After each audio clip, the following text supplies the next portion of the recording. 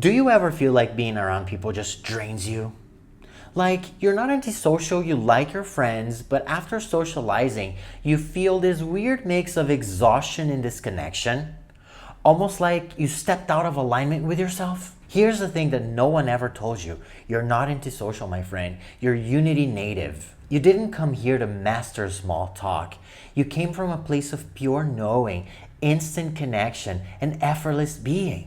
But Earth runs on a different frequency, my friend. When we're constantly interacting with others, our brain shifts into beta state. Fast, analytical, externally focused. It's a survival brainwave. And the more we're in beta, the more we lose touch with the deeper rhythms of our true self. So today I want to offer you something most of us never really got. Permission. Permission to say no. Permission to protect your peace. Permission to honor the way your soul was designed. And so if this is resonating with you, you want to keep watching this video because it's going to be a fun ride. So how many times have you felt guilty for saying no to an invitation? How many times have you felt like you were not being there for a friend because you just didn't want to hang out? You wanted to stay in and focus on yourself. There's something that really moves most of humanity into doing stuff that is not really serving us. What is that? Social conditioning. Social conditioning is something extremely powerful that a lot of times we're not even aware of. It's this set of rules that feels like it was God sent. Literally, source energy just wrote this manual and handed it over to us. And now we're like, oh my gosh, I have to go and socialize. Oh my gosh, I look around and everyone around me is doing these things that I don't really feel called to do. And if I don't do like everyone else is doing, then who am I? That's exactly how I felt. There's so many things that I pushed myself, that I forced myself to do just because everyone around me was doing. But guess what? A lot of those people that are around you, they're doing it because of the social conditioning.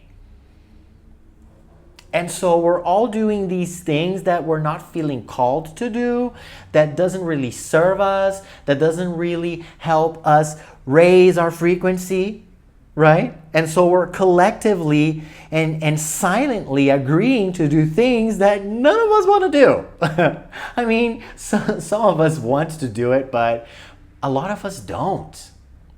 And why are we doing it, right? So we're feeling guilty for saying no. We feel like we're not there for the friend. We feel like our survival is literally threatened. That's how I felt. It felt like if I don't conform, my sense of survival is literally threatened. And then when I had my awakening a few years back, I remember vividly. I would still meet up with some friends and socialize. And I remember the feeling. It was like, oh my gosh, what's going on? I was gaining awareness of such a thing as alignment. And so I would feel, oh my gosh, this is getting out of alignment. And so I just stopped meeting up. I stopped hanging out because I knew that my vibration was plummeting as I would just go out and interact with people that were on a completely different journey. You know what I mean? And so I had this sense, this deep knowing that you are supposed to be home. You are supposed to follow your intuition. You are supposed to listen to the voice of your heart, right? And so that's what I did, because the awakening I had was loud enough that allowed me to listen to that voice and just cut, the nonsense and just do what I was feeling called to do, which was to live a life of conscious solitude, focusing on myself, focusing on my journey, focusing on my vibration. But I know that a lot of us don't get that loud enough of a voice to just cut the ties and stop interacting when we don't feel called to. Right? Maybe you don't cut the ties, but you just stop interacting if you don't feel called to. Your vibration is what matters most. Period, full stop. There's nothing you can do that is more in alignment than focusing on your frequency, focusing on your vibration. Your vibration is what matters most. So if you're socializing because everyone is doing so and that's plummeting your frequency, then you're not helping yourself, you're not helping the collective, you're just having a horrible time. You know what I mean? And so for us to understand this with a little more depth, we're going to talk about the brainwave states, okay? So we go through a cycle of brainwave states every single day. When we are asleep, the brainwave state is called the delta. It's very slow. It's very infrequent, the brainwaves, right? We're unconscious. There's no objective consciousness when we're sleeping, right? So time and space vanish. By the way, time and space, they're a product of objective consciousness. You take objective consciousness out, no more time and space, okay? So right now, I'm using my rational mind. I am putting ideas together. So I am right now in a beta brainwave state. And as you can see here, these waves are very frequent. You see, this is called the social brainwave, or also the survival mind. It's very logical, it's very rational, it's very 3D. This state is the stressed, distracted, overthinking, anxious, a lot of times, brainwave state. So when you're solving a problem, when you're thinking, when you're overthinking, when you're interacting with other people and you're managing what's happening to them, what's happening to yourself, this is literally your conscious mind all over the place. It is useful. We use it every day. There's no escaping it. We're not smoking the beta brainwave state, okay?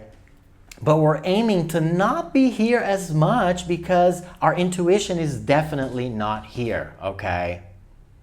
And so when we're socializing, blah, blah, blah, blah, blah, blah, beta brainwave, beta brainwave, beta brainwave, and the voice of the intuition is far gone. When you begin calming down, right? So if you take a few breaths and you're like by yourself, alone, in conscious solitude. Ooh, I love me some conscious solitude. I thrive in solitude. I love it. So when you're taking a breath, when you're slowing down, then the brain waves are going from beta to alpha, right? And as you can see, these waves are less frequent. By the way, all these waves can be measured in hertz, okay? So it's alpha. It's called the flow state, right? It's a state of being calm, creative, more present, right? So you're getting back or closer to your true nature, right? So this is the alpha brainwave state. And in alpha, the subconscious mind's door is opening a little bit more, right? So you're becoming a little more programmable. So if you close your eyes and you begin meditating and you're there sitting in silence for some time and you get into a deep meditative state or a deeper meditative state, deep meditation, then you're now in a theta brainwave state. As you can see, the waves are less frequent, so they're more spaced out, right? Not so frantic. This is the quantum connection state. You are the quantum field, okay? I am also the quantum field, and we're all connected. We are the universe itself, connected by this infinite web of connection to all that is, if that makes sense. Okay, so the theta brainwave state is the quantum connection. Deep meditation state, rewiring, healing. It's the hypnosis state, right? So you are more programmable here. So this state for manifestation is amazing. So before you wake up, like you're regaining conscious awareness, but you're not fully up yet. You're literally here in theta. As you begin to wake up a little more, you're in alpha. As soon as you pick up your phone and you begin reading emails or sending messages, then you're immediately back in beta, right? So a good time for manifestation is here. So before you wake up and before you go to bed, because that's where you are. That's the frequency of your brain waves. The subconscious mind is more open, right? So this is where the magic happens. Where are you when you're socializing again? Are you closer to who you really are, the quantum field, the voice of the intuition, the voice of your heart? No, you're literally here. The survival mind, the anxiety, stress, right? A very frequent brainwave. It's the ego state of being. So social conditioning is telling us to go and socialize because we are social beings and we can't just stay home. I mean, right? So this is not really serving you. Now, if you like the people you hang out with, if you feel alignment, if being with those people nurtures your soul, expands you, then by all means, you know what I mean? But we get to listen to the voice of our heart. I used to socialize a lot.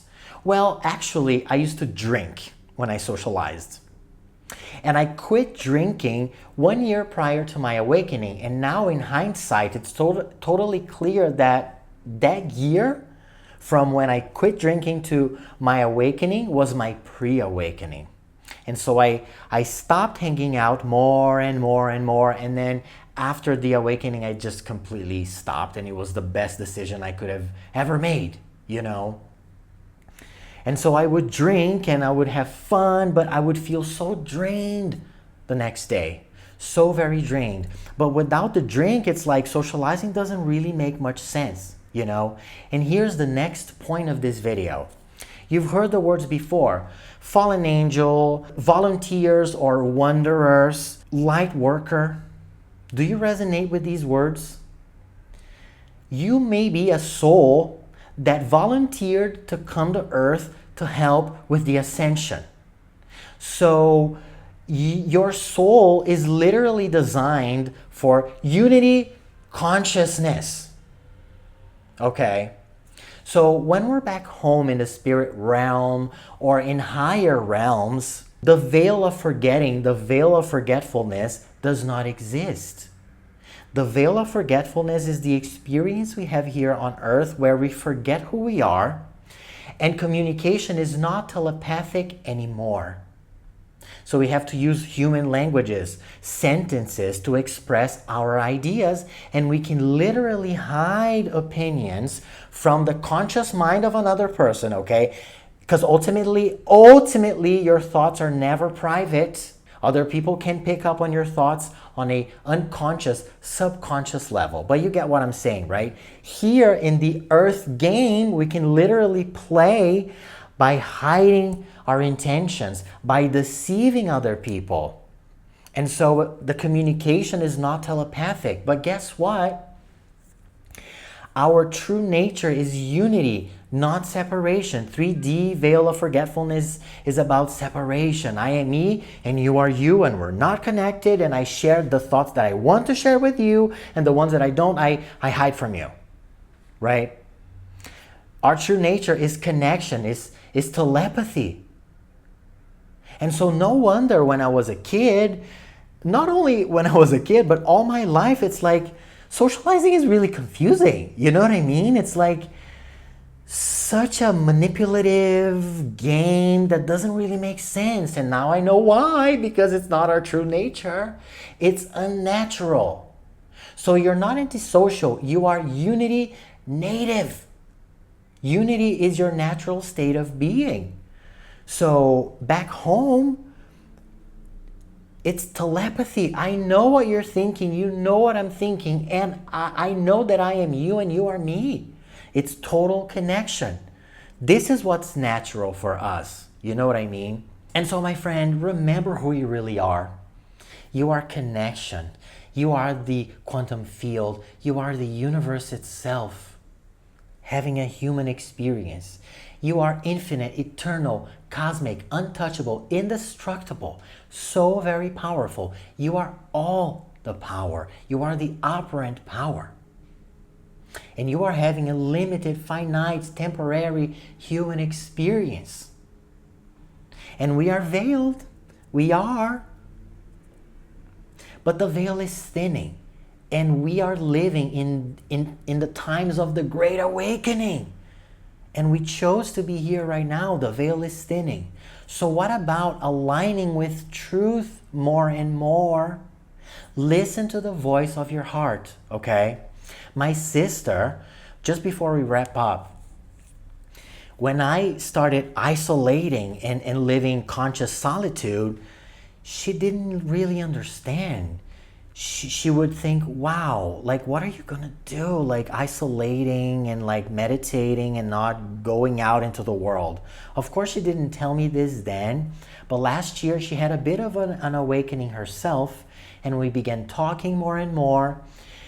And she told me, I totally understand you now, because she also started like listening to the voice of her heart and going like, you know what? I'm not gonna go out if I don't feel like doing so.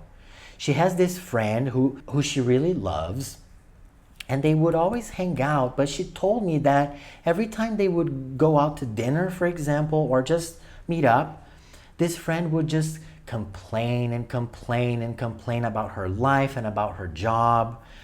In the past, that's where my sister was as well. She was complaining about her life so much. So she and her friend resonated, right? But as she began having her awakening, it's like, this doesn't make sense. I don't want to go and start, and just listen to problems and problems and problems, because when you focus on problems, they expand. Energy flows where attention goes, right? Everything is energy. So she began living a journey of solitude more and more. And she's like, oh my gosh, this makes total sense. And so my sister listened to the voice of her heart. And she's dissolving, just like I am doing on a daily basis more and more, social conditioning, rules and patterns that are not serving us. And I encourage you and empower you to do the same. Here's the thing, you don't need an external permission slip to allow yourself to listen to your heart. You just don't, because you are the permission slip. But if you're wanting one, or if you've been waiting for one, here it is. This is your permission slip. Listen to your heart. That's how you manifest heaven on earth. That's how you raise your vibration, and therefore, that's how you raise the vibration of the collective. It's always by going within, never without. Also remember, the outer world follows the inner world. So focus on yourself, listen to your heart, and do what's best for you, because your vibration is what matters most. And so if you resonate with this message, I'm sure you're going to love the video. I'm going to link right here so you can go ahead and check it out